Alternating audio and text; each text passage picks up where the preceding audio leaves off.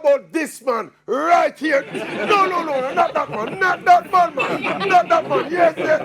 This man, Jurgen Klopp, easily the greatest coach in football right now. He's been for the last 5 years. Some people waiting to see if he can pull off the unprecedented quadruple before making up their mind about the greatness of Jurgen Klopp. But for me, even if Liverpool don't win another match for the season, what Klopp has done and achieved with what he has done and achieved it with 3 European Champions League finals in 4 years, Liverpool's first EPL title in 30 years, a 99-point season, a 97-point season in the toughest league in the world.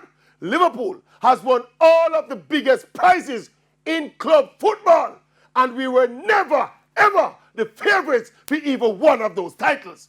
No coach in the history of football has taken more players from mediocre nobodies to world-class superstars.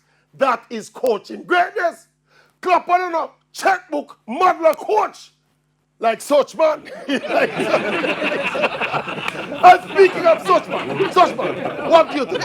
What up to you, such man? What up to you, tactical genius, boss? Answer me, no man. Stop talking to the man and the man is answer me, no. Hey, vote, boss, vote.